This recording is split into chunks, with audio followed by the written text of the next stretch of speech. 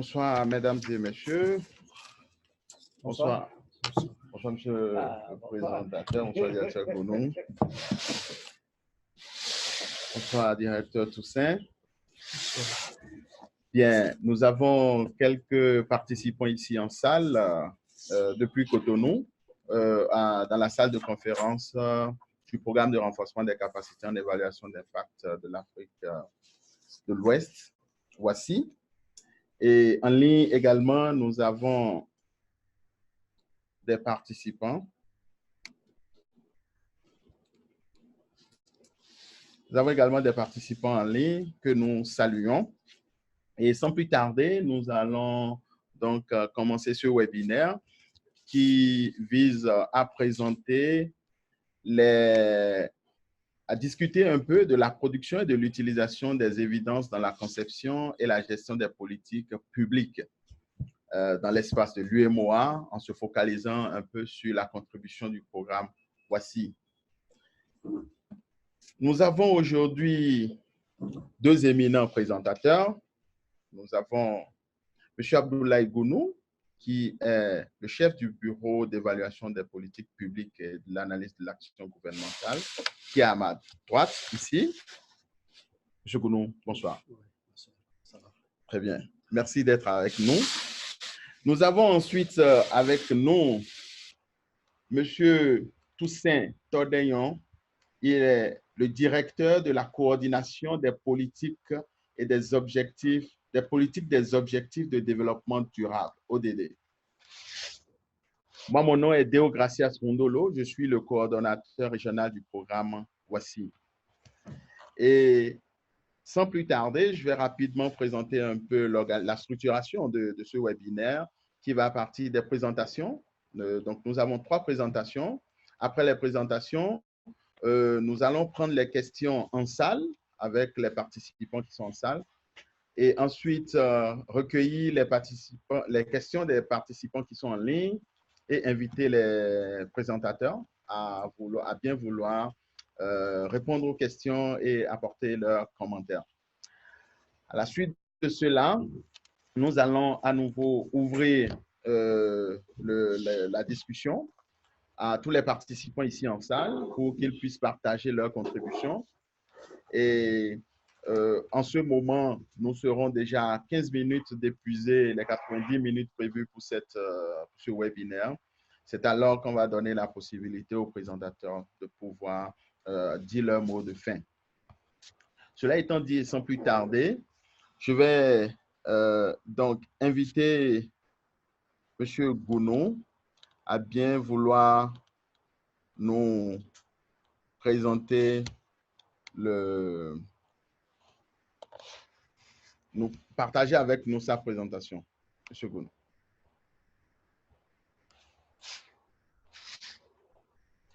Oui.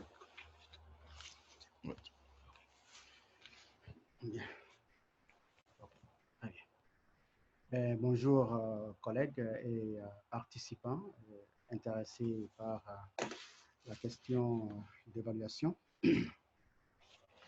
En réalité, au Bénin, nous sommes dans un processus de promotion de la culture de l'évaluation depuis maintenant une douzaine d'années. Et bien des choses sont en train d'être faites. Et aujourd'hui, nous avons le plaisir de partager avec vous comment est-ce que l'information évaluative est produite, comment est-ce qu'elle est utilisée et comment est-ce que nous l'évaluons. Et donc, le bureau que j'ai la charge de diriger est un bureau mandaté par le gouvernement du Bénin pour porter la promotion et le développement de la culture de l'évaluation au niveau du Bénin. Comme tel, la mission se décline en trois points. Le premier, nous évaluons la faisabilité, la mise en œuvre et l'impact des politiques publiques. Ce qui suppose que, avant qu'une politique soit mise en œuvre en République du Bénin, le bureau est mandaté pour s'assurer que cette politique est vraiment, il est possible de mettre en œuvre cette politique. Deuxièmement, qu'il est possible d'en évaluer l'impact. Et donc, c'est l'une des choses que nous faisons au niveau du bureau, dans le cadre du mandat que nous avons pour promouvoir le développement de la culture de l'évaluation au niveau du bureau. La deuxième chose que nous faisons, c'est d'assurer le développement d'une culture nationale d'évaluation.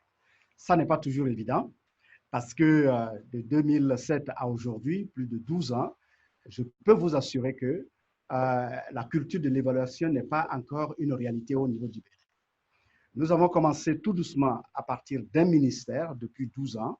Et aujourd'hui, je peux vous dire que tous les ministères du gouvernement ne sont pas encore dans la marche. À plus forte raison, les autres institutions de la République, et parce que quand on parle de la culture de l'évaluation, on parle de ce que l'évaluation est effective dans toutes les sphères où les ressources publiques sont utilisées. Or, il n'y a pas que le gouvernement seul qui utilise les ressources publiques. Il y a d'autres institutions. Mais même à l'intérieur du gouvernement, ce n'est pas tous les ministères qui participent à cet exercice-là.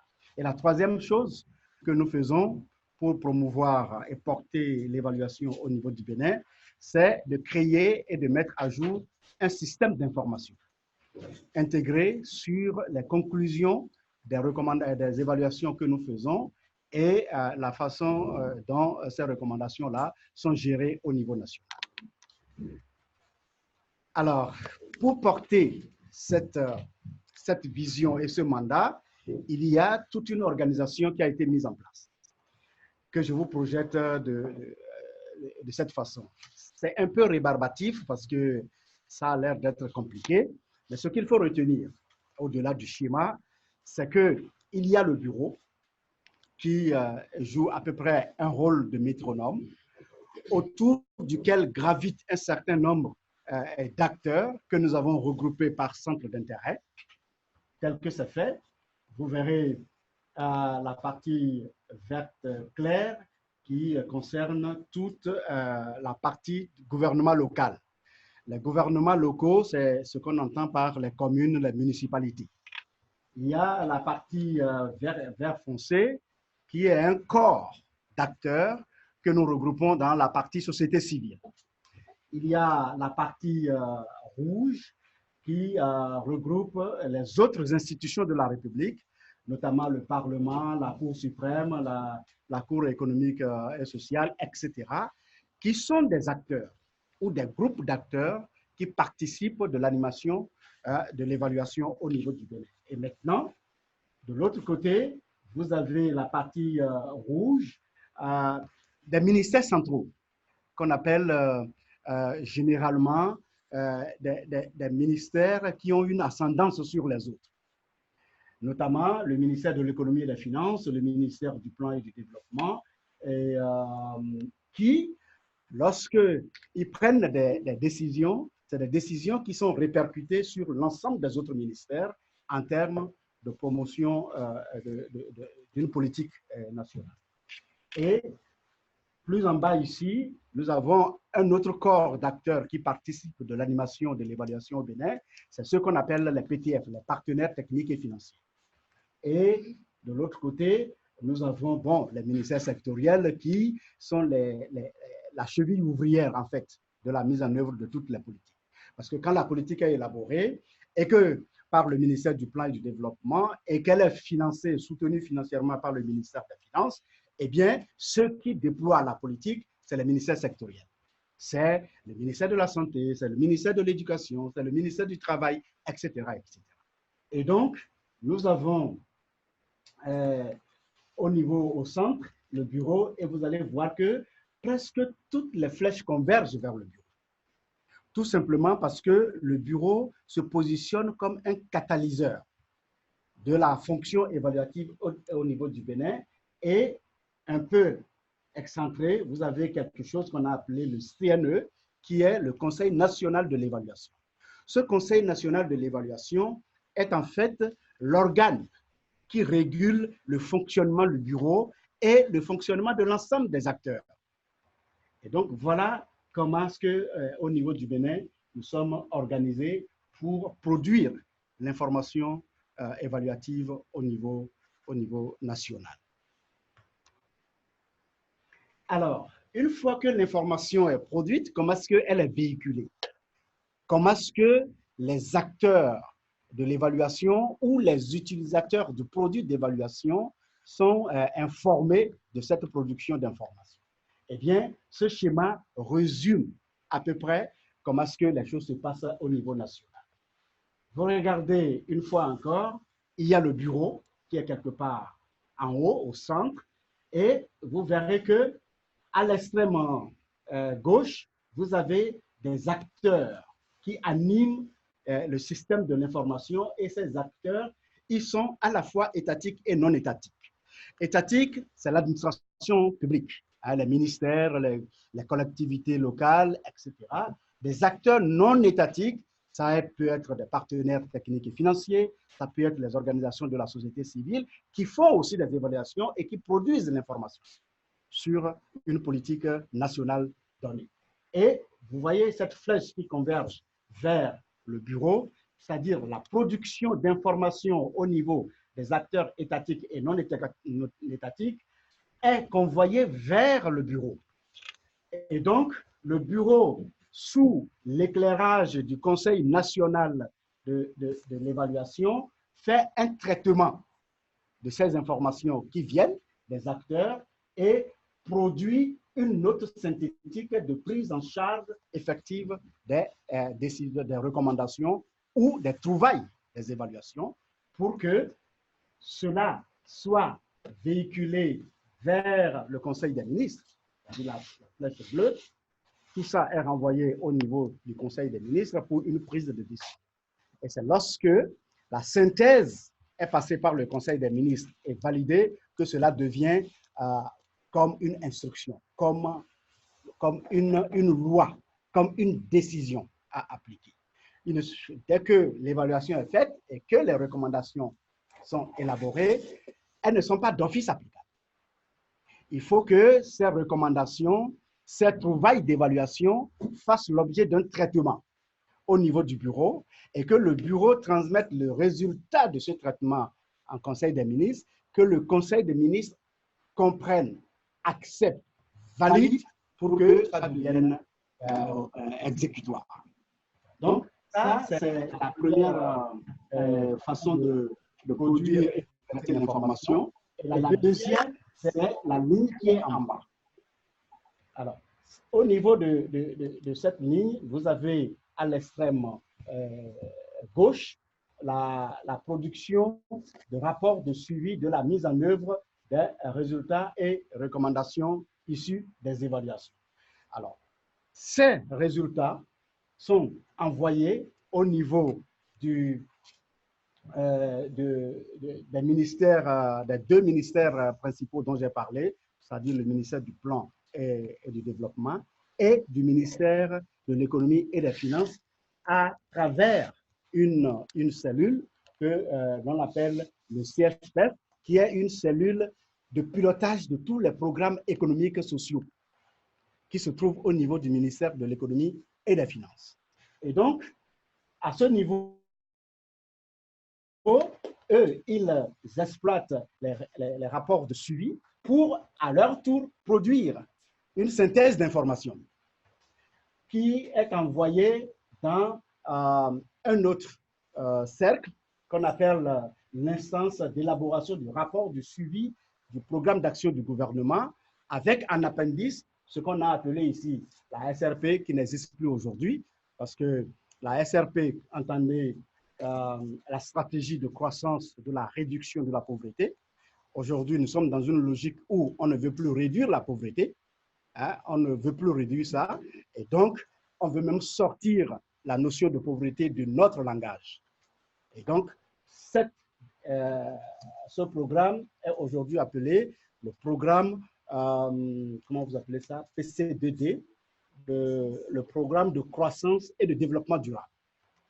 Donc, qui synthétise l'ensemble des informations qui nous sont venues des premiers rapports de suivi de mise en œuvre des recommandations, et améliorées au niveau du ministère du Plan et des Finances pour finalement donner une note, hein, de rapport de suivi de la mise en œuvre du PCDD que nous renvoyons au niveau du Conseil des ministres en termes d'information pour prise de décision. Alors, aujourd'hui, vous avez ce graphique qui résume à peu près l'état de mise en œuvre ou de prise en charge des recommandations d'évaluation. Le premier fromage que vous voyez à l'extrême gauche montre que 34% de la partie rouge, la partie de c'est combien de pourcents là? Je ne lis pas très bien. 34. Ok, 34. Oui. Ok, bien. Alors, montre que c'est 34% de l'ensemble des recommandations sorties de nos évaluations validées par le Conseil des ministres, c'est-à-dire instruits pour exécution, c'est seulement 34% qui ont pu être partiellement exécutés par les ministères ou ceux qui doivent exécuter les recommandations. Et vous avez 25% qui sont complètement exécutés, pris en charge par les administrations. Un exemple, hein, on évalue la politique nationale de l'éducation. Et à l'issue de cette évaluation, on reproche un certain nombre de choses à ce secteur-là. Disons 4 à 5 choses. Que la politique n'est pas cohérente, que les acteurs ne sont pas ceux-ci, que le financement n'est pas disponible, que, etc., etc. C'est ce que l'évaluation révèle. Et donc, on transforme cela en recommandation pour prise en charge, pour qu'on corrige cela et que la politique devienne effective, réelle, efficiente. Donc, on se rend compte que pour ce type de recommandation, sur l'ensemble des politiques nationales, il n'y a que 25% de ces recommandations-là qui ont été corrigées par le gouvernement, pour diverses raisons. Et on se rend compte qu'il y a 34% qui ont connu un début d'exécution. Il y a 34 autres % qui ne sont pas du tout exécutés, pour diverses raisons aussi. L'une des causes peut être qu'une recommandation fait intervenir plusieurs acteurs. Nous sommes par exemple dans le secteur de l'agriculture. On dit que le Bénin a été suspendu pour exporter les produits halieutiques dans l'Union européenne. Bien. Et l'une des recommandations dit qu'il faut améliorer la chaîne sanitaire. Nous sommes dans le ministère de l'Agriculture. Améliorer la chaîne sanitaire suppose qu'il faut de l'argent, des ressources. Ministère des Finances. Il faut des méthodes sanitaires, donc ministère de la Santé. Il faut améliorer les techniques de production halieutique, ministère de l'Agriculture, ainsi de suite. Alors, pour mettre en œuvre cette seule recommandation, il faut activer plusieurs grandes administrations. Ça prend du temps. Des fois, ça marche, des fois, ça ne marche pas. Donc, ça peut expliquer le fait qu'il y a certaines... Et le graphe qui est à droite montre que nous avons reculé de 2016 à 2018 en termes de prise en charge des recommandations. Tout simplement. Parce que quand vous regardez les barres bleues et rouges, la barre bleue dit que en 2016, 72% des recommandations ont été effectivement prises en charge par nos administrations. Et qu'en 2018, c'est seulement 59% qui ont été prises en charge. Ça peut s'expliquer aussi par plusieurs choses que je n'étale pas ici. Mais ce qui est important à retenir, c'est qu'il y a une régression en termes de prise en charge des recommandations d'évaluation de 2016 à 2010. Et plus en bas, vous avez le type de changement que les évaluations ont induit par, en tout cas, sur celles qui ont été véritablement opérationnalisées. Donc, il y a eu 37 recommandations complètement exécutées, mises en œuvre, et voilà les impacts que cela a produit sur la vie nationale. Vous allez voir que la partie rouge du fromage indique que c'est 10% de ces recommandations qu'on a effectivement prises en charge ont pu induire des révisions de politique, de programmes au niveau du pays. Donc, l'évaluation, l'évidence qui a été produite a amené les dirigeants, les gouvernants à changer un peu le cap des politiques qu'on propose pour le développement de la nation. On a vu que 11% des recommandations mises en œuvre ont permis d'élaborer de nouvelles politiques et de nouveaux programmes. Et 47% ont amené à prendre des actes, des actes de gouvernement, des actes administratifs, de procédures pour améliorer notre façon de faire en matière d'élaboration de politiques publiques, en matière de mise en œuvre de politiques publiques. Et il y a 21% de ces recommandations mises en œuvre qui n'ont induit aucun changement dans notre vie de tous les jours. Et nous avons la partie verte qui fait 11%, qui ont induit la mise en place de nouveaux cadres institutionnels de prise en charge des politiques publiques au niveau du pays. Donc, en somme, l'évaluation a pour premier objectif de donner des informations probantes pour que ceux qui décident pour la vie des citoyens puissent décider en toute connaissance de cause et que nous arrêtions de prendre des décisions pour tout le monde. Parce que je voudrais vous donner une statistique qui va vous édifier. Au Bénin, c'est moins de 2,5 points de nos concitoyens qui décident pour les 98 autres pourcents. Alors, s'ils décident mal, si ces 2%-là décident mal, alors ils ont conduit les 98 autres dans le décor. Donc, c'est important que ces personnes-là décident sur la base d'informations crédibles, fiables, probantes et éprouvées. C'est pour ça que nous parlons aujourd'hui en matière d'évaluation de la production de données probantes. Toutes les données ne sont pas probantes. C'est-à-dire que toutes les données n'ont pas été éprouvées. Des fois, on prend des décisions sur la rumeur.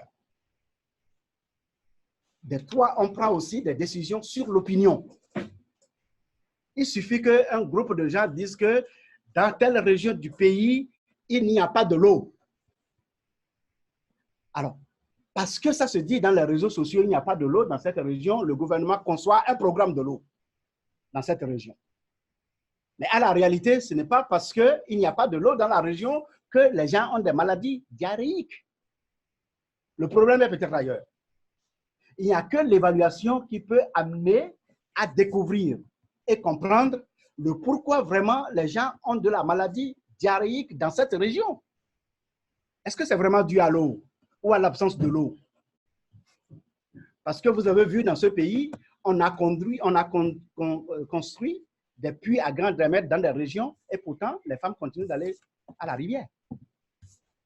Et donc, c'est pour dire que l'évaluation est une source importante de production d'informations probantes pour aider à la prise de décisions cohérentes, effectives, qu'il est possible de mettre en œuvre facilement. Et donc, voilà les résultats auxquels nous sommes parvenus quand nous avons essayé d'évaluer comment est-ce que l'administration publique béninoise prend en charge les recommandations qui nous viennent de nos évaluations. Et donc, ceci est la fin de notre présentation. Il y a beaucoup de choses à dire sur l'évaluation et la production de l'évidence, mais nous sommes limités par le temps. On va prendre quelques questions après pour approfondir les échanges. Merci. Merci beaucoup, M. Gono. Merci beaucoup, Monsieur le chef du Bureau de l'évaluation des politiques publiques et de l'analyse de l'action gouvernementale.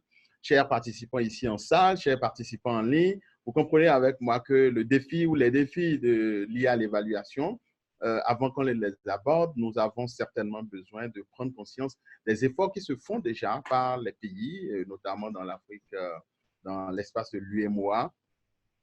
Et au-delà des gouvernements, il y a aussi la société civile. Tout à l'heure, j'ai lu en ligne un des participants qui a parlé un peu de la place des médias. Nous reviendrons tout à l'heure sur ces aspects quand il s'agira de répondre aux questions. À présent, je vais inviter le deuxième présentateur, M. Toussaint, qui est le directeur de la direction en charge de la coordination des politiques, des objectifs de développement durable. Monsieur Toussaint. Merci, Monsieur Oudolo. Je voudrais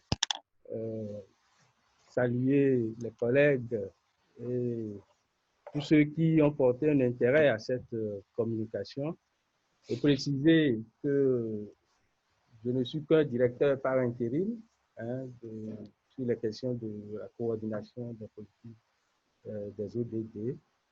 J'ai été donc directeur des politiques et programmes sectoriels et donc c'est surtout à ce titre que je voudrais donc partager un peu les expériences que j'ai eues en matière de production et d'utilisation des évidences dans la conception et la gestion des politiques publiques. Alors, pour y parvenir, donc, nous avions structuré notre présentation en 6 points.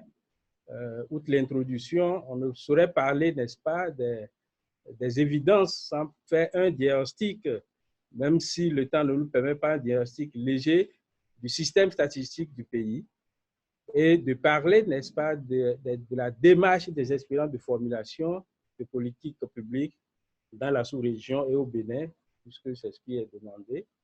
Également de la démarche de formulation de politiques publiques fondées sur les évidences et les expériences en matière de formulation de politiques publiques dans le contexte des objectifs de développement durable pour aboutir donc au défi de la production et de l'accès de l'utilisation des évidences au Bénin et au sein de l'espace UEMOA et faire quelques recommandations. Alors, il faut donc dire qu'il y a plusieurs définitions de politique publique. Il y a plusieurs définitions de politique publique.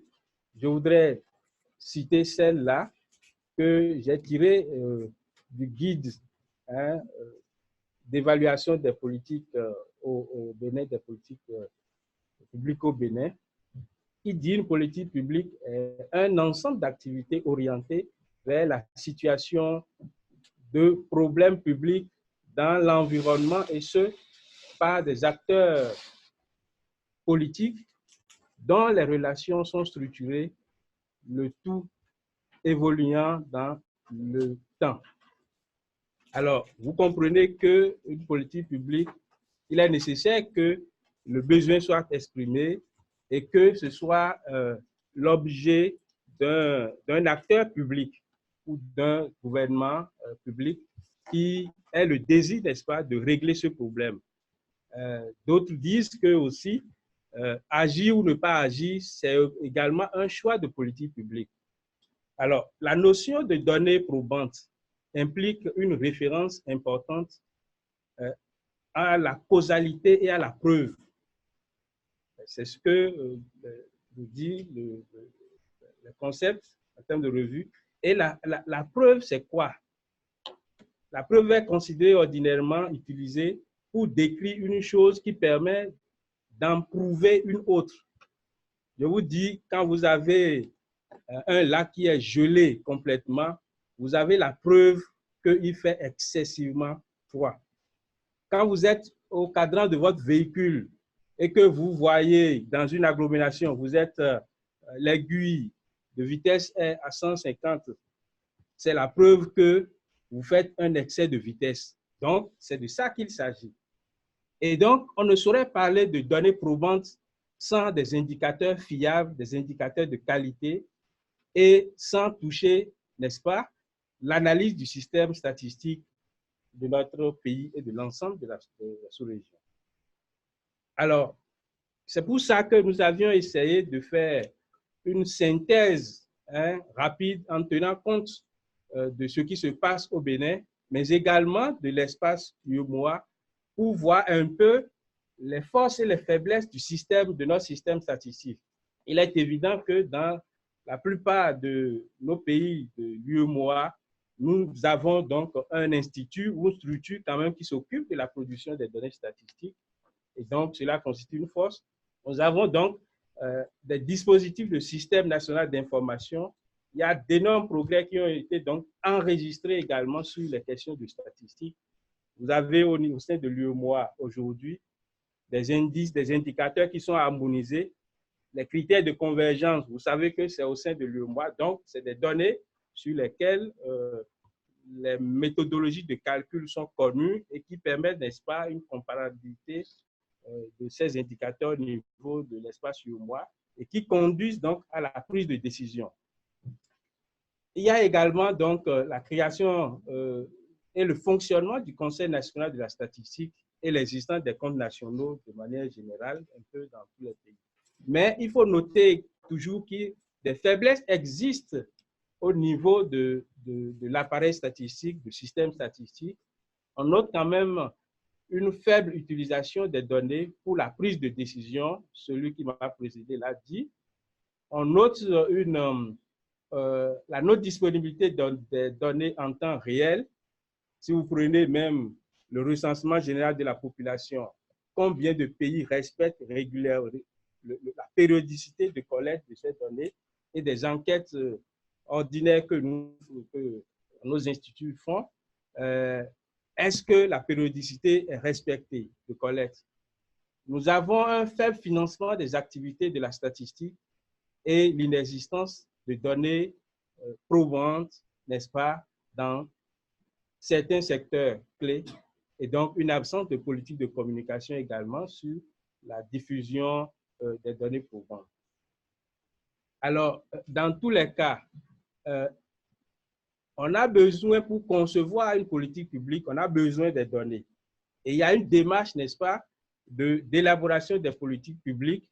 Et cette démarche, j'ai fait un peu la synthèse de la démarche que suit le Bénin, qui est en 6 points, mais à l'avènement donc de la LOF, la loi organique relative aux lois des finances, qui est adoptée au sein de l'espace UEMOA, il y a un guide harmonisé qui a défini donc les grandes étapes de formulation des politiques publiques au sein de l'espace UEMOA. Et c'est ce que j'ai présenté à côté. Vous comprenez que l'un dans l'autre, au niveau de ce processus, les deux processus se ressemblent. Vous avez ici une phase préparatoire, de l'autre côté, vous avez la mission. La mission, c'est quoi? Il s'agit de la mission de l'institution qui veut élaborer, n'est-ce pas, le programme. Et vous avez la situation du secteur qui correspond à la phase d'élaboration du diagnostic qui nécessite, n'est-ce pas, qu'on s'appuie, n'est-ce pas, sur des données probantes, des données évidentes, des données fiables pour faire des analyses pointues et identifier les défis de ce secteur-là.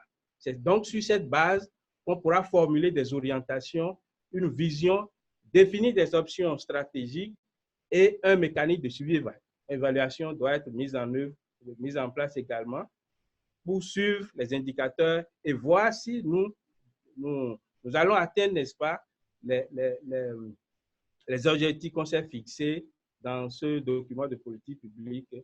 Il y a également une phase d'adoption, une phase de validation qui est technique, mais il faut dire que tout document public ou toute politique est validé par le gouvernement. Donc, c'est quand c'est validé par le gouvernement que cela devient donc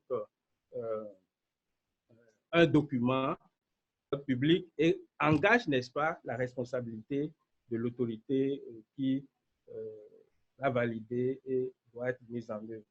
Il y a donc, après ce niveau, donc, il y a la définition des programmes et projets. Donc, dans le schéma ancien, c'est la démarche qu'on adopte, mais dans le cas de la LOF, c'est la même démarche pratiquement, mais la différence, c'est que nous aboutissons au programme, nous partons des orientations et des objectifs globaux et nous aboutissons au programme puisque désormais, la LOF recommande que le programme est l'unité de vote du budget. Et c'est donc sur les programmes que les orientations sont donc calées et un système de suivi et d'évaluation est donc mis en place pour suivre tout ce que nous avions proposé. Alors, la littérature donc nous a permis également de voir la démarche de formulation de politique publique basée sur les évidences.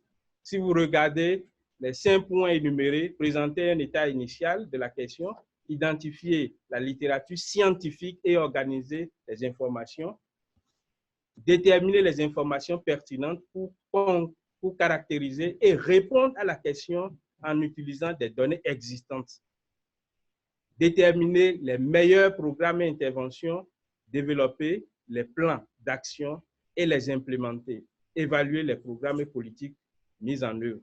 Donc, voilà le schéma qui est retenu pour la prise en compte, la démarche d'élaboration d'une politique basée sur des preuves, sur des évidences. Vous avez vu, là, on a fait intervenir un acteur important. On dit la littérature scientifique, ça veut dire les données de recherche, les données d'évaluation d'impact, comme mon prédécesseur l'a dit, sont nécessaires pour appréhender la question et définir, n'est-ce pas, comment résoudre, n'est-ce pas, ce problème-là qui existe au niveau de la communauté. Alors, donc, en termes de synthèse, je voudrais dire que si vous regardez le processus d'élaboration des politiques publiques avant l'adoption de la LOLF et après l'adoption de la LOLF et la démarche d'élaboration de politiques publiques intégrant, n'est-ce pas, les données probantes, les évidences, vous comprenez donc que les phases 2 et 3 de cette démarche intègrent la dimension de données statistiques évidentes, des évidences, n'est-ce pas, qui sont nécessaires à utiliser dans le processus d'élaboration du diagnostic. Et c'est là, à ce niveau, non, donc, que nous avions besoin d'avoir des données fiables pour faire des analyses et faire des propositions concrètes. L'autre chose, également, si vous prenez la phase d'évaluation, de suivi-évaluation, on a besoin également des données pour corriger, n'est-ce pas, la politique publique qui est mise en place, l'orienter, dire ce qui ne va pas, l'évaluer et retourner donc à la mise en place, n'est-ce pas, d'une autre politique publique pour continuer, n'est-ce pas, le processus. Donc, voilà un peu ce que je voudrais partager. Mais je voudrais dire que dans le contexte de la mise en œuvre des ODD, pour moi, qui constitue une opportunité de production des données évidentes, parce que vous n'êtes pas sans savoir que nous avons 17 objectifs de développement durable qui adressent un certain nombre, 169 cibles et des indicateurs. Et il faut évaluer, n'est-ce pas, ce programme, l'agenda 2030, auquel, n'est-ce pas, l'ensemble ou la plupart des pays, n'est-ce pas, de l'espace UEMOA ont adhéré. Au Bénin, donc, nous avions donc fait un processus d'appropriation de cet agenda en adoptant, donc, en priorisant 49 cibles, n'est-ce pas, sur l'ensemble des cibles du programme, en faisant également la domestication des indicateurs, en alignant, n'est-ce pas, nos documents de politique publique, notamment le PND, que nous avions élaboré au moment où ce programme, cet agenda démarrait. Et donc, le PND a pu s'être aligné, n'est-ce pas, sur les piliers, n'est-ce pas, des ODD, les 4 dimensions non, retenues au niveau des ODD. Et donc, il y a eu un programme de croissance pour le développement durable PC2D qui opérationnalise donc ce PND.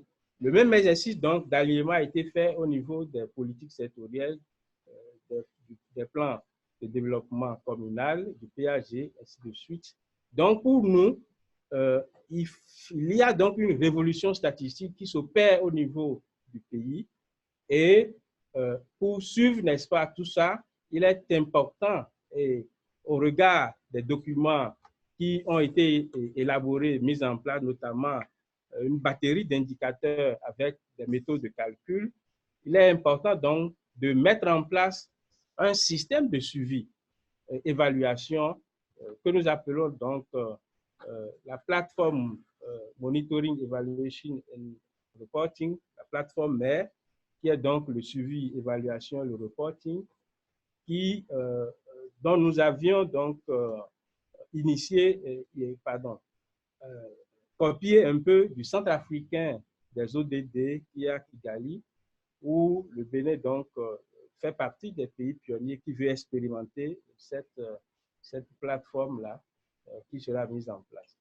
Il faut reconnaître donc en termes d'insuffisance des données, je ne l'avais pas dit, sur l'ensemble de ces indicateurs qui étaient retenus pour suivre les 49 sites proposés, tous les indicateurs n'étaient pas disponibles, n'étaient pas calculables, et il fallait donc, il y a 82 qui étaient disponibles, d'accord, 23 pouvaient être calculés si on exploitait la base de données qui existait, mais 63 nécessitaient des collectes complémentaires. Et vous comprenez donc que nous avions quand même des insuffisances en matière de statistiques et de données pour suivre nos politiques publiques et autres. Alors donc, comme défi, nous notons donc que la production de données factuelles et probantes et leur accessibilité constitue donc un défi fondamental pour nous. Le financement de la production des données statistiques, des données probantes, leur vulgarisation, leur accessibilité et leur mise à disposition également des décideurs, parce que beaucoup de choses se font dans le monde scientifique en termes de données probantes qui ne sont pas connues des décideurs politiques. Et donc, il est important, donc, en termes de recommandations, d'encourager, n'est-ce pas, la recherche et la production des données probantes, de développer donc une culture de statistique et de production de données probantes à tous les niveaux et de mettre en place un système, un mécanisme de dialogue entre chercheurs et décideurs qui faciliterait donc l'accessibilité des données probantes au niveau des décideurs, puisqu'il n'y a que les décideurs qui élaborent les politiques publiques. Alors, donc, en conclusion, donc, je dirais que le développement d'une culture statistique dans les administrations de la plupart des pays de l'UEMOA et l'élaboration d'une bonne politique publique pour la prise de décision dépend donc des données et des situations, dépend donc des données, de situations disponibles et de leur qualité en vue d'appréhender le problème et le besoin réel à satisfaire. Mieux donc, il faut financer la production de données probantes, leur vulgarisation et encourager le dialogue avec les parties prenantes. Je vous remercie. Voilà donc ce que je voudrais partager avec vous, mesdames, messieurs. Vos contributions et vos questions nous permettront donc d'enrichir, n'est-ce pas, cette introduction. Merci. Merci beaucoup, monsieur le directeur.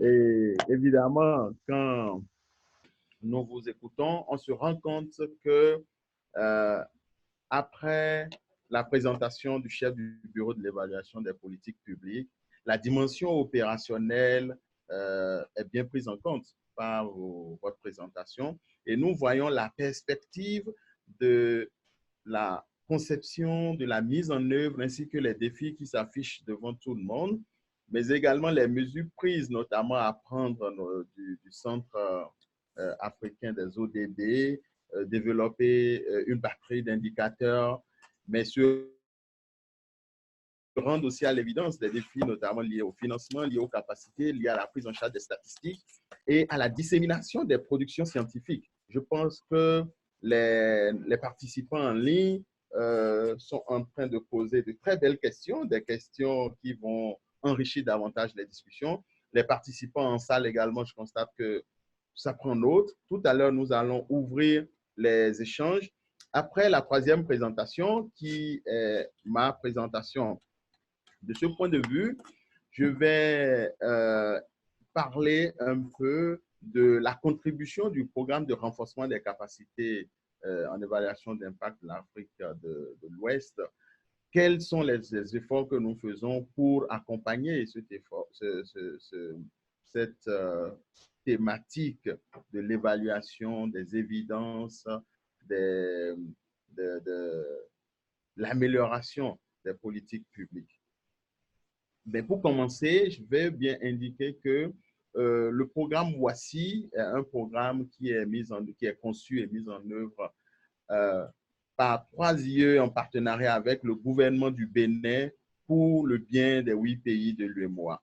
Et 3IE est une ONG internationale définie comme Initiative internationale pour l'évaluation d'impact, qui est composée de plusieurs membres, lesquels travaillent avec les pays pour la promotion de politiques et de programmes de développement fondés sur des données probantes.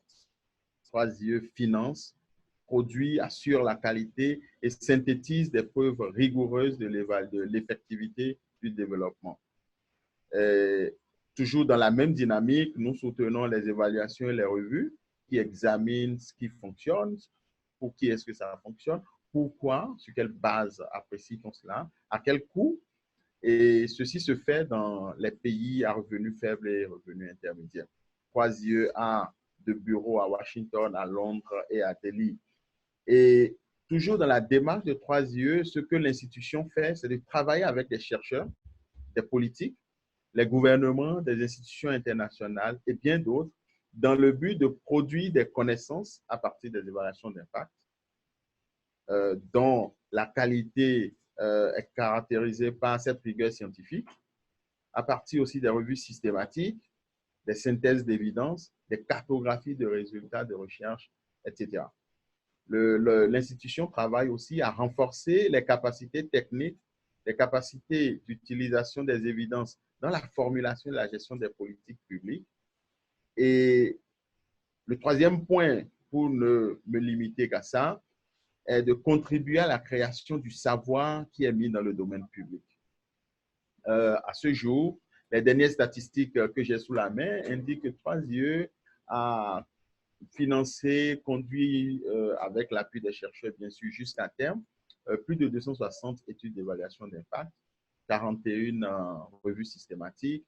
Il y a 14 cartographies des données probantes qui existent, qui sont aussi faites. Et tout cela est reversé dans le domaine public. Mais l'engagement avec les parties prenantes, l'engagement avec les acteurs fait partie des éléments majeurs sur lesquels 3IE insiste et travaille beaucoup. Et l'engagement pour l'utilisation des données probantes.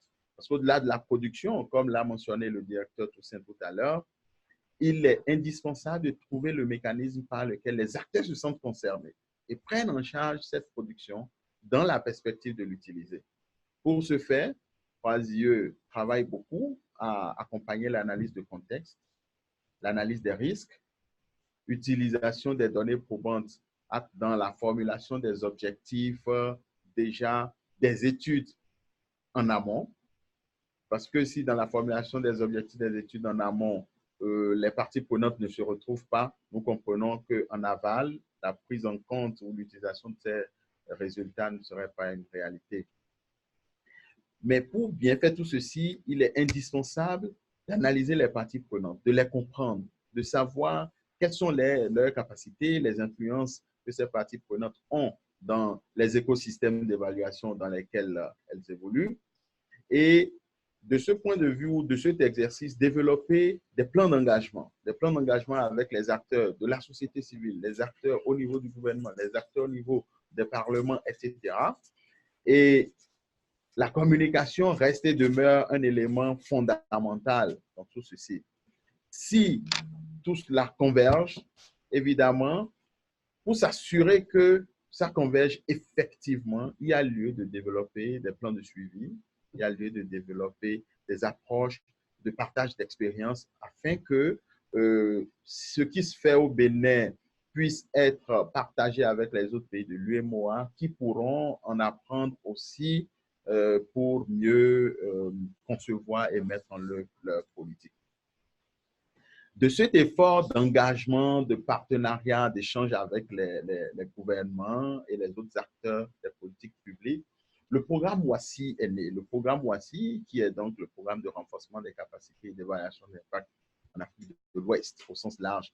Mais plus précisément, c'est un programme qui couvre les 8 pays de l'UEMOA, que sont le Bénin, le Burkina, la Côte d'Ivoire, la Guinée-Bissau, le Mali, le Niger, le Sénégal et le Togo.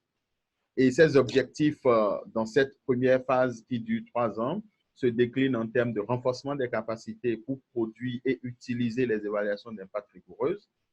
Vous comprenez avec moi que pour produire ces évaluations, l'orientation serait, ou la cible serait beaucoup plus les chercheurs, mais pour utiliser les résultats de ces études, la cible serait beaucoup plus des praticiens, des concepteurs, des acteurs de la politique qui sont au front dans l'allocation des ressources, les prises de décision en termes d'orientation politique.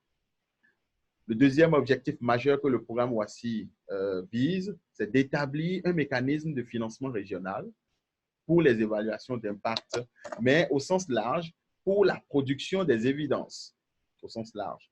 Et enfin, de promouvoir et d'augmenter le nombre des études d'évaluation d'impact et des synthèses d'évidence dans les systèmes d'évaluation, dans les systèmes nationaux d'évaluation.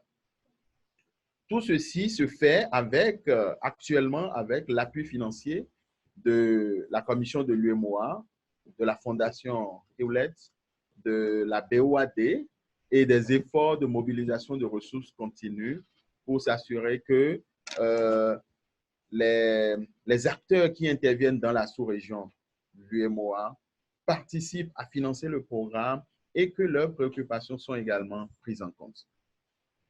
Et il faut indiquer que, au regard du caractère régional du programme WASSI, son fonctionnement a essayé de prendre en compte tous les acteurs majeurs qui participeront non seulement à produire les évidences, à les disséminer, mais à les utiliser, à les prendre en compte dans la formulation des politiques. De ce point de vue, nous avons 3 yeux qui assurent la supervision et l'appui technique. Nous avons le gouvernement du Bénin qui joue un rôle majeur d'organisation de tout ce qu'il y a comme politique et contact stratégique auprès des autres gouvernements de la sous-région. Nous avons le secrétariat du programme WASSI, qui est un secrétariat léger opérationnel, basé ici à Cotonou, sous le bureau de l'évaluation ou dans le bureau de l'évaluation des politiques publiques. Et au-delà de ça, nous avons un groupe consultatif qui est composé de 3 yeux, du gouvernement du Bénin, de la Fondation Hewlett, qui est composé également de la BOAD, de l'UMOA, qui donne les grandes orientations et auprès de qui l'unité de coordination du projet WASSI prend des conseils, prend des orientations afin qu'on s'assure que le programme répond aux besoins des acteurs clés de la sous-région. Enfin, il faut indiquer que les points focaux constituent en fait un pool de 8 acteurs désignés chacun par leur pays qui relaient les besoins des pays, mais dans le même temps renvoient au pays les activités réalisées au niveau du programme WASSI. Et ils en facilitent aussi la prise en charge dans leur pays ainsi que les interventions que le programme WASSI ferait dans ces pays-là. Tout à l'heure, je donnerai quelques exemples de situations où les points focaux ont joué un rôle majeur dans les activités que le programme WASSI mène. Alors, les grands chantiers autour desquels le programme WASSI travaille actuellement, c'est d'une part l'étude exploratoire qui présente également la synthèse de la littérature. Ce travail est quasiment bouclé. Nous sommes dans le processus, je dirais, de validation, mais également commentaires à recevoir des pays afin de publier le rapport de cette étude exploratoire combinée à la synthèse de la littérature. Le deuxième grand chantier, c'est organiser des ateliers et des activités de renforcement de capacité dans chacun des pays. Et de ce point de vue, il faut indiquer que la Côte d'Ivoire, le Sénégal, le Niger et aussi le Bénin sont des pays avec lesquels nous avons beaucoup travaillé, des efforts continuent à être faits. Des pays comme le Togo, le Burkina Faso, la Guinée-Bissau ainsi que le Mali. Pour l'année prochaine, des activités de renforcement de capacité seront également mises en œuvre dans ces pays-là. Vous êtes certainement d'accord avec moi que on ne peut pas produire les évaluations d'impact sans participer à accompagner les pays, à accompagner les chercheurs dans la compréhension, la mise en œuvre, je dirais le renforcement des capacités techniques, l'utilisation des logiciels les plus indiqués. Enfin, les deux derniers points, c'est l'engagement et le soutien au niveau régional. Le programme WASSI aide à accompagner les gouvernements dans leur compréhension et dans leur prise en charge de l'évaluation d'impact, dans leur prise en charge de la production des évidences. Parce que bien des fois, à l'entame, disons, les études sont perçues un peu comme des menaces et non pas nécessairement comme des opportunités. Et un des participants en ligne l'a souligné tout à l'heure. On reviendra sur ces détails lors des réponses. Le dernier point ici présenté, c'est de travailler à la durabilité du financement de cette initiative.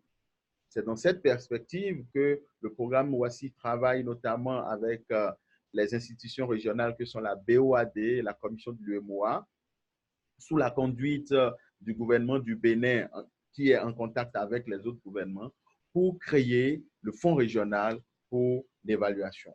Et ce fonds régional pour l'évaluation sera certainement, on n'est pas sûr qu'il va être créé demain déjà, mais à terme, s'il est créé, ce fonds participera à accompagner les gouvernements, à accompagner les acteurs dans les projets d'évaluation majeurs qui peuvent aider à améliorer la formulation et la mise en œuvre des politiques publiques. Et toujours parlant des chantiers couverts par le programme WASSI, actuellement, il y a l'étude exploratoire et la revue de la littérature qui a été bouclée. Et là-dedans, on a cartographié les acteurs, on a évalué l'offre et la demande de l'évaluation dans la sous-région, évalué les capacités qui existent dans chacun des 8 pays de l'UEMOA et fait une analyse approfondie de la littérature pour comprendre un peu les gaps qui existent, mais également les aspects qui sont déjà améliorés.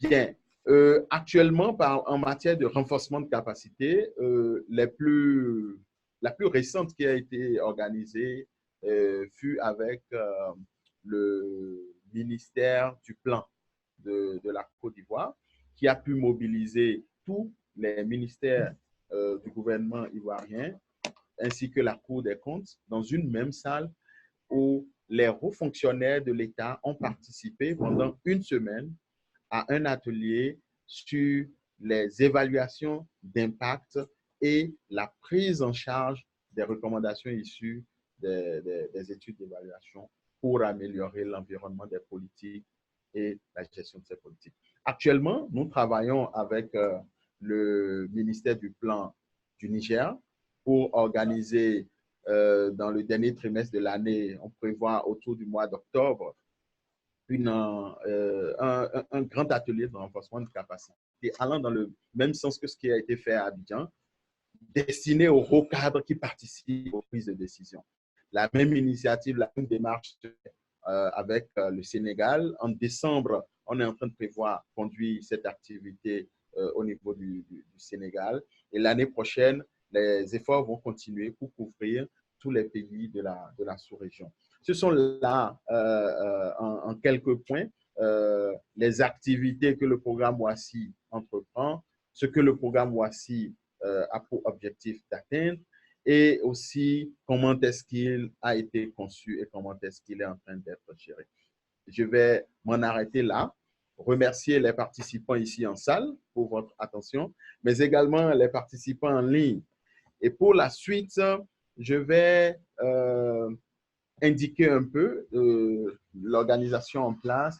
Nous allons prendre quelques 2-3 questions ici en salle. Le temps que les présentateurs répondent à ces 2-3 questions en salle, nous allons faire la synthèse des questions en ligne et inviter les présentateurs à pouvoir répondre à ces questions. Sans donc plus tarder, je vais ouvrir la discussion à la salle, que je présente un peu à nos amis en ligne. Donc, les questions sont les bienvenues. Qui veut poser?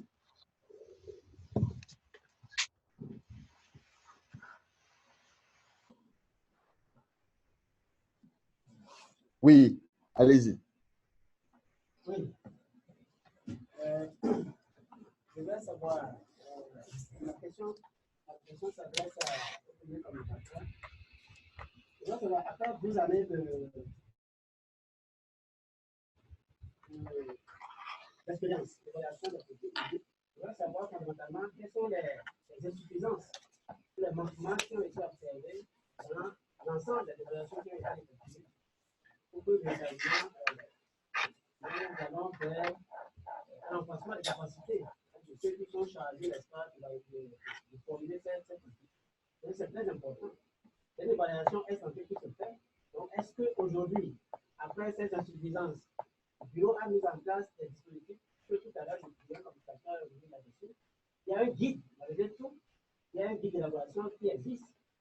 Mais on constate que, malgré cela, il y a des insuffisances dans la formulation, au point où certaines politiques sont jugées non faisables, ou la faisabilité de ces politiques pose problème.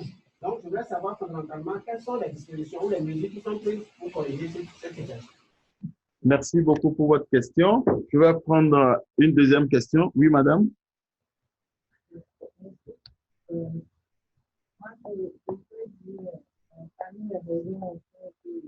Parmi les raisons qu'on connaît, qui font que les évaluations, la future évaluation n'est pas encore totalement fait en administration publique et aussi dans les institutions. Il y a le coût de l'évaluation. Il y a le coût élevé de l'évaluation. En ce sens, est-ce que le sujet, cette discussion ou quelle sensibilisation, est-ce qu'il vaut mieux quand même faire l'évaluation et corriger le tir, je veux parler de l'évaluation des parties, corriger le tir au lieu d'aller jusqu'au thème de poser de l'intervention avant de se rendre compte en effet tout ce qu'on a fait jusque-là. Merci beaucoup. Je vais prendre, d'accord. Je vais prendre un troisième et ensuite on commence la réponse aux questions, passer en ligne et revenir en salle. Oui, allez-y.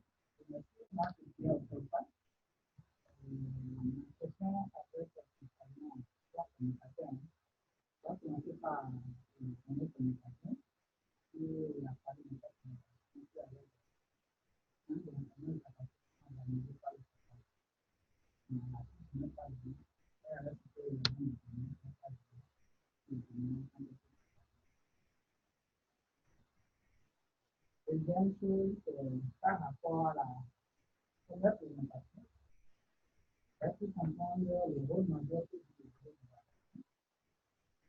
avez pour aborder un peu les autres questions? Moi, je viens de leur partage de mon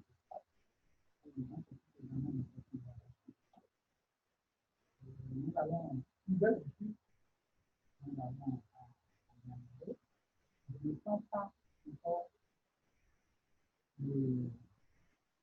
l'accompagnement du bureau par rapport à mon secteur.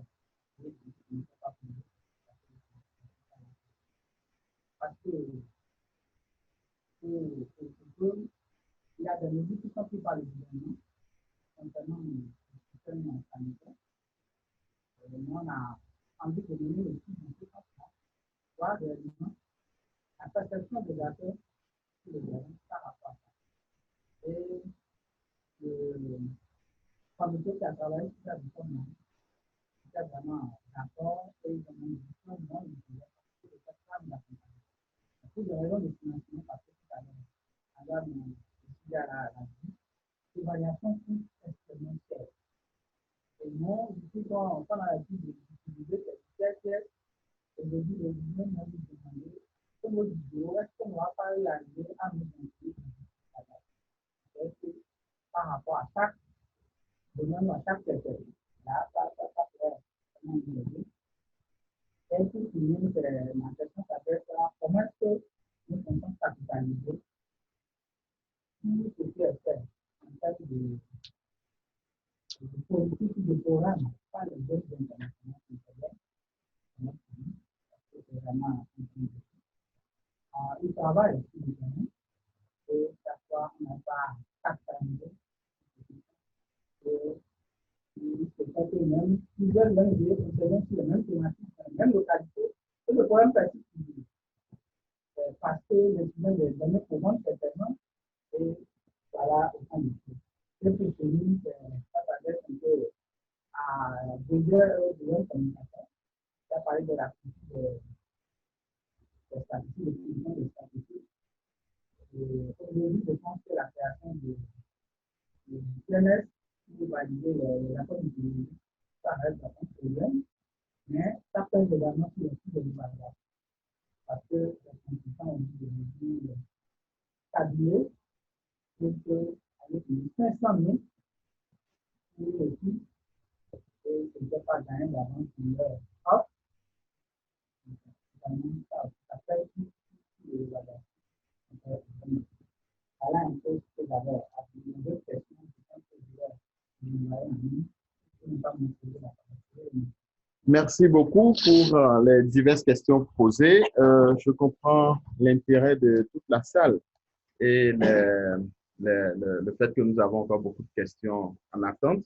Permettez-moi de très rapidement faire la synthèse des questions en ligne et donc tout doucement inviter les autres présentateurs à se mettre en position de réponse à ces questions. Et nous avons en ligne une question qui est de savoir quelle est la place des médias parmi dans l'environnement, l'écosystème, parmi les acteurs qui interviennent et qui gèrent les évaluations, au regard de son rôle de communication. Nous avons aussi une question qui demande que fait-on pour que les acteurs considèrent l'évaluation comme une opportunité et non comme une menace.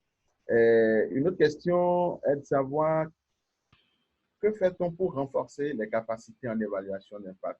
C'est des questions qui sont venues certainement avant ma présentation. Est-ce qu'il y a des sanctions en cas de non-exécution des recommandations issues des études d'évaluation? Quelle est la place des données qualitatives dans les évidences utilisées par les instances décisionnelles publiques? En matière de dissémination des données statistiques probantes, nous avons en ligne une question qui demande spécifiquement au directeur Toussaint comment est-ce que la révolution statistique aiderait les évaluations d'impact. J'essaie de résumer, de faire la synthèse à ce niveau. Une autre question, quelles sont les insuffisances et les dispositions prises, non, ça c'est la question sale, et les dispositions prises dans la formulation des politiques. Oui. Je vais donc très rapidement m'en arrêter là. On va inviter le premier présentateur à bien vouloir prendre la parole pour apporter sa perspective sur les questions posées par les participants. Oui. Merci bien pour cet intérêt aux différentes présentations que nous avons faites. Je constate que la question évaluative préoccupe plus d'un citoyen. En 12 ans de pratique au niveau du Bénin, ce qu'il faut retenir, c'est que nous avons fait du chemin. Parce qu'il y a 12 ans en arrière, les premières évaluations que le gouvernement du Bénin a sollicitées avaient manqué d'expertise nationale. Je parle de manque d'expertise au niveau national pour ce qui relève de la mission ou du mandat du bureau. Parce qu'au Bénin, la question évaluative est structurée de deux grandes manières. Il y a le bureau qui s'occupe de l'évaluation des politiques publiques et de façon plus générale de tout ce qui est politique. Et le ministère du Plan et du Développement s'occupe de l'évaluation de tout ce qui est programme et projet. Donc, c'est deux choses différentes. Si vous voulez, le bureau est à un niveau plus élevé parce que ne s'occupe que des politiques, alors que le ministère du Développement du Plan est à un échelon plus bas parce que s'occupant de l'opérationnel. Je résume, le bureau au niveau des stratégies regarde les politiques ou tout ce qui lui est assimilé, parce qu'il y a certains programmes qui ont des dimensions politiques. Si vous prenez la politique, par exemple, de la gratuité de la césarienne, par exemple, c'est un programme, mais qui peut être assimilé à une politique nationale sur cette question-là.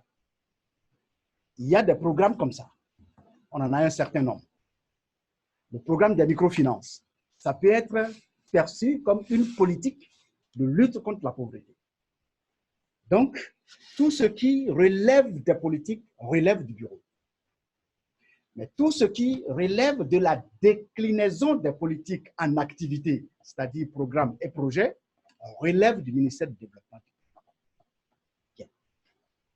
Donc, pour ce qui nous concerne, tout au début, nous avons eu du mal à trouver de l'expertise pour prendre en charge l'évaluation des politiques.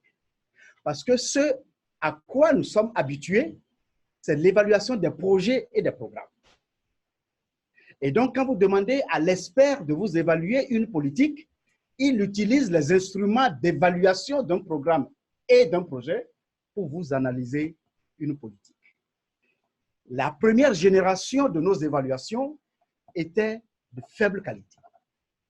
De faible qualité. Aujourd'hui, nous avons fait du chemin et il y a quelques expertises qui se sont faites identifier au niveau national et qui accompagnent le processus. Autre insuffisance, c'est le fait que aujourd'hui, l'évaluation est financée en majorité par les partenaires au développement. Le gouvernement, ce qu'on appelle le ownership, n'est pas fort. Et parce que nous n'avons pas encore su définir la stratégie de mobilisation de financement des évaluations. Mais aujourd'hui, ça change. Parce que avec l'élaboration et l'adoption du guide méthodologique national de l'évaluation, il est désormais fait obligation à toute initiative nouvelle, publique, de prévoir dans le costing l'évaluation. Donc, il n'y a pas de projet ou programme à élaborer s'il n'est assorti de son propre mécanisme de financement de son évaluation. D'abord, mécanisme qui prévoit l'évaluation du projet et du programme à la fin, et donc qui budgétise le processus de financement de cette évaluation. Voilà les dispositions pour corriger cela. Il est demandé, pour ce qui est de la capacitation en général, le bureau, qu'est-ce qu'il fait? Le bureau travaille avec des corps d'acteurs, la société civile, les gouvernements locaux, c'est-à-dire les communes, et l'administration publique. Je crois que c'est les trois corps que nous accompagnons pour le moment. Et donc, ces trois corps reçoivent des renforcements de capacités périodiques de la part du bureau, au plan national et sur le plan international. Parce que l'une des stratégies de promotion de la culture, non, d'abord de l'évaluation au niveau du pays, c'est la construction d'un certain nombre de partenariats internationaux en évaluation. Et nous avons deux résultats, deux fruits de ces partenariats qui sont vivaces et qui accompagnent la promotion de l'évaluation au niveau du Bénin. Le premier, c'est un programme qu'on appelle Twendembele, Avançons tous ensemble, en langue swahili, qui fait beaucoup en termes de renforcement de capacité de nos acteurs en évaluation. plus, je ne sais pas le nombre exact, mais je sais, plus d'une quarantaine de Béninois sont déjà allés à l'étranger pour se faire renforcer en matière évaluative sous le financement de ce programme, en provenance des 3 corps d'acteurs dont j'ai parlé, la société civile, le gouvernement et les gens des collectivités locales. Nous avons, deuxième résultat de ce partenariat international, c'est le programme WASSI, que vient de présenter son coordonnateur. Et à travers ce programme, il y a des programmes de formation, de renforcement de capacités qui sont élaborés et qui sont délivrés. Donc, il va répondre pour ce qui a été fait au Bénin et il va vous dire ce qui est prévu jusqu'à la fin. Comment faisons-nous pour que les gens ou l'administration n'aient pas peur de l'évaluation? C'est simple. C'est simple. D'abord, au bureau, nous essayons de démystifier l'évaluation. C'est la première des choses. Et il faut clarifier la sémantique. L'évaluation n'est pas de l'audit. C'est 2 approches, c'est 2 thématiques, c'est 2 expertises complètement différentes. C'est l'audit qui a la clé, la sanction. L'évaluation a à la clé l'apprentissage. Il faut que ce soit clair et il faut le dire aux gens. On fait de l'évaluation pour améliorer votre processus de management. On fait de l'audit pour sanctionner vos manquements procédurels. C'est 2 choses différentes. Et nous n'utilisons pas les mêmes instruments de mesure. Donc, au niveau de l'évaluation, il faut pouvoir l'expliquer aux gens. Et nous le faisons. En disant que dans ce domaine, l'évaluation poursuit 2 objectifs. Le premier, c'est rendre compte de ce qu'on vous a demandé de faire. Le deuxième objectif, c'est d'apprendre de ce que vous avez fait, des erreurs que vous avez pu commettre ou des succès que vous avez pu obtenir, d'en apprendre pour continuer votre chemin. Alors, sur ces 2 objectifs, où se trouve la sanction? Il n'y a pas de sanction chez nous. Donc, on sensibilise, on explique. Mais il y a un mot anglais qui dit incentive. C'est, en français, on peut dire aussi sanction, motivation. Comment motivons-nous les gens à aller vers l'évaluation? Voyez-vous, récemment, le gouvernement vient d'adopter le guide méthodologique national de l'évaluation. À l'intérieur de ce guide, il y a une disposition importante, clé, qu'on a appelée la théorie de changement. Et la théorie de changement, c'est cet instrument qui se trouve à l'intérieur du guide qui explique le pourquoi d'une initiative publique, le comment de sa mise en œuvre et les attendus de cette mise en œuvre. En clair, par cet outil, le gouvernement veut savoir un seul franc CFA investi dans une action publique, quel est l'impact qu'il produira sur la population. Alors, s'il y a sanction, c'est de dire que depuis 2018, que cet instrument a été accepté par le gouvernement et rendu obligatoire, toute initiative publique qui n'aurait pas sa théorie de changement n'obtiendrait pas de financement du budget national. Tout simplement. Est-ce que ceci motive à bien faire les choses ou ceci discrimine les gens qui ne veulent pas s'améliorer? Je laisse ça aux commentaires des uns et des autres. Mais ce qui est clair, c'est qu'à partir de 2018, il n'y a pas d'initiative publique, c'est-à-dire politique publique, programme ou projet qui veuille recevoir de l'argent du budget national si, à l'intérieur de sa description, il n'est pas établi clairement qu'est-ce qu'on poursuit, qu'est-ce qu'on va faire, comment on va le faire, avec qui on va le faire, qu'est-ce que ça va coûter et qu'est-ce qu'on entend sur la vie des populations. Voilà. Merci beaucoup, monsieur le chef du bureau. Vous comprenez que c'est un sujet d'actualité, c'est un sujet qui touche le développement. Et donc, je vais inviter le directeur Toussaint à bien vouloir partager avec nous ses perspectives sur les différentes questions, aussi bien en salle qu'en ligne. Merci, M. Bolo. Je voudrais remercier ceux qui ont posé des questions, que ce soit dans la salle ou en ligne. J'ai noté comme question le Conseil national de la statistique, son existence. Je crois que le Conseil national de la statistique existait depuis longtemps quand même. C'est peut-être son fonctionnement et les mécanismes de financement de la statistique, de production des données qui n'étaient pas bien huilés, qui n'étaient pas respectés. Et quand je parle donc de révolution statistique, c'est donc en termes de toutes les réformes qui sont en cours d'être mises en œuvre au niveau du système statistique du Bénin surtout, pour permettre donc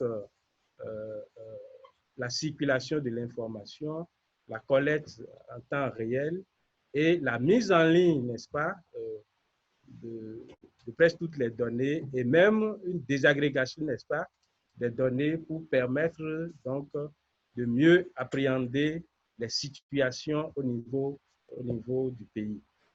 Quand vous avez une donnée au niveau national et que vous voulez analyser la situation d'une commune, vous n'allez pas transposer cette donnée qui est au niveau national à la situation qui est au niveau de la commune. Il vous faut, n'est-ce pas, donc, une désagrégation de cet indicateur qui vous donne l'information pour vous permettre d'apprécier, n'est-ce pas, la situation au niveau de la commune. Donc, le gouvernement est donc dans ce sens aujourd'hui de faire bouger surtout les choses. Vous n'êtes pas sans savoir, pour ceux qui le savent, que c'est la première fois donc que un directeur de cet institut, n'est-ce pas, a été donc recruté par appel à candidature au niveau du Bénin. Et donc, ça constitue donc l'un des points forts du système statistique qui pourra permettre donc de booster les choses. Alors, la place des données qualitatives dans la formulation des politiques publiques. Je voudrais dire que les choses ont évolué, les choses évoluent, et nous devrions nous adapter donc à l'évolution du temps et du contexte, parce qu'aujourd'hui, il n'est plus permis, n'est-ce pas, d'élaborer une politique publique dans les bureaux.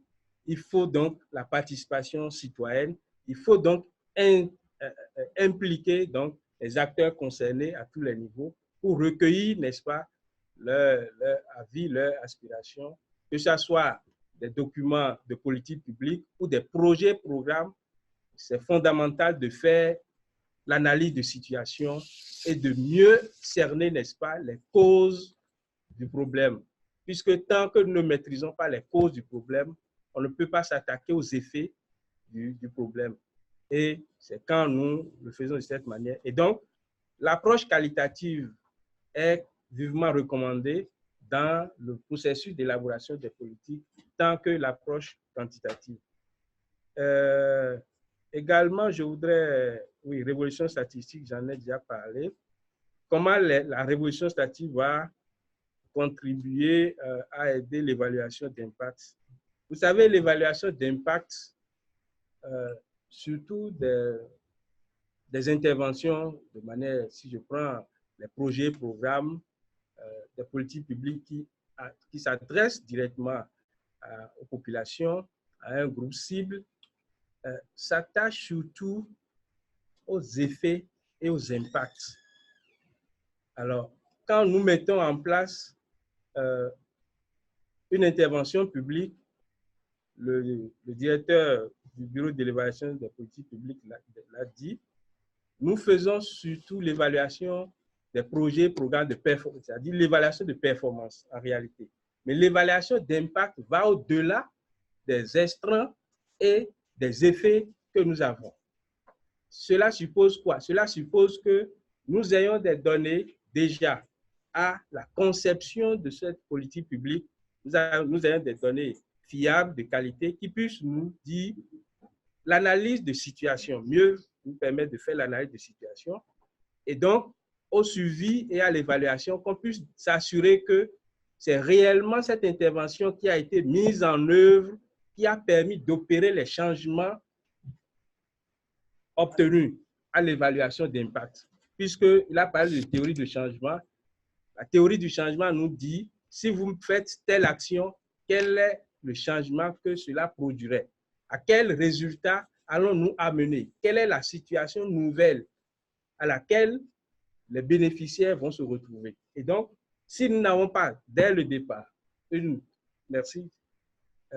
éléments de référence, nous ne pourrons pas mieux appréhender et dire que c'est ce programme ou ce projet que nous avions mis en œuvre qui a permis de contribuer réellement à cela. La dissémination des données probantes, je l'ai dit, c'est d'utiliser les modèles, hein, les meilleurs modèles, n'est-ce pas, de dissémination aujourd'hui des résultats, surtout en ligne, et de respecter donc la périodicité de leur collecte, surtout parce qu'aujourd'hui, l'Internet est tellement développé, où que vous soyez, vous pouvez aller sur le site d'une structure et avoir l'information en temps réel. Voilà donc, monsieur, ce que je voudrais apporter par rapport aux préoccupations des uns des autres. Merci. Merci, monsieur le directeur. Merci beaucoup pour votre perspective, les réponses apportées aux questions. Le temps file, il va vite. Et là, nous avons encore 3 minutes environ pour conclure ce webinaire. Et je crois que mes deux prédécesseurs ont répondu à la plupart des questions.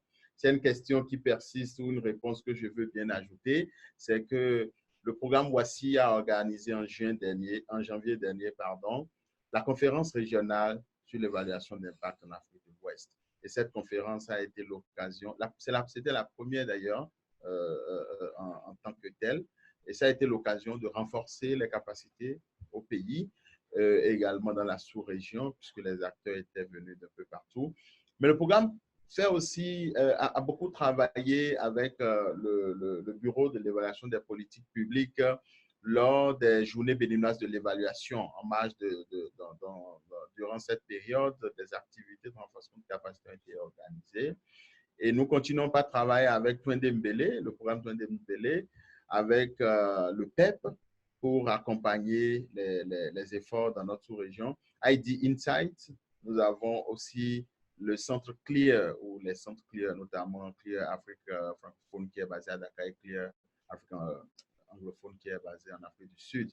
Ce sont là des efforts qui sont en cours et je crois que il y a également African School of Economics avec lequel nous travaillons de façon étroite, notamment en appuyant, en participant un peu à renforcer les capacités dans ce qui est le certificat en évaluation d'impact, c'est orienté vers les professionnels. Ce sont là des efforts qui sont en cours au Bénin, dans la sous-région.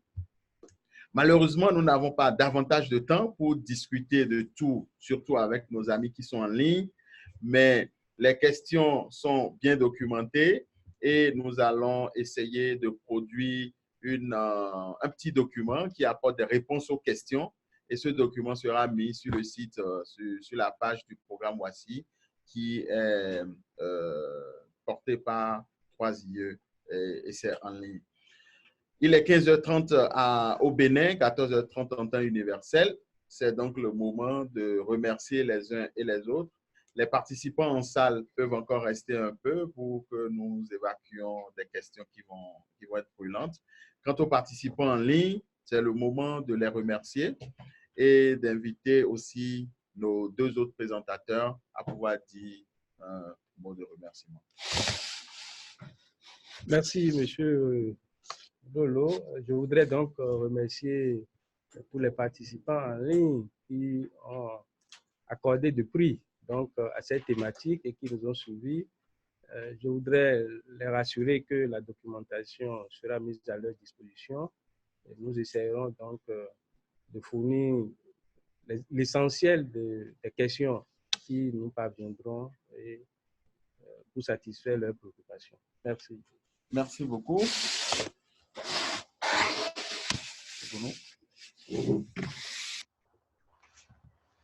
Merci beaucoup de nous avoir associés à ce webinaire.